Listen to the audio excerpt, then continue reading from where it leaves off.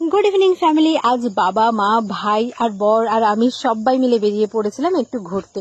চলে এসেছি শালকিয়ার বাধাঘাটের কাছে শিব মন্দিরে ঠাকুর দেখতে। এখানে আছে 55 ফুট লম্বা একটা শিব মন্দির।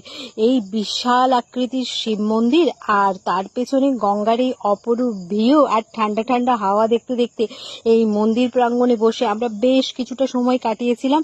আর আমাদের না খুব ভাল লেগেছিল, এই পরিবেশটা বেশ ভাল লাগছিল।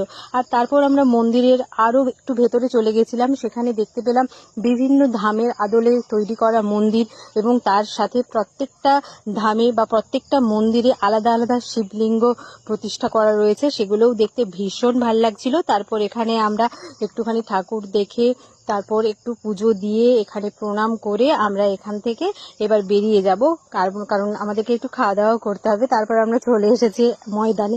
আর এখানে এসে খিদে পেয়ে গেছিল, তাই বর দেখো এখানে সবার জন্য চিকেন রোল অর্ডার দিয়ে দিয়েছিল।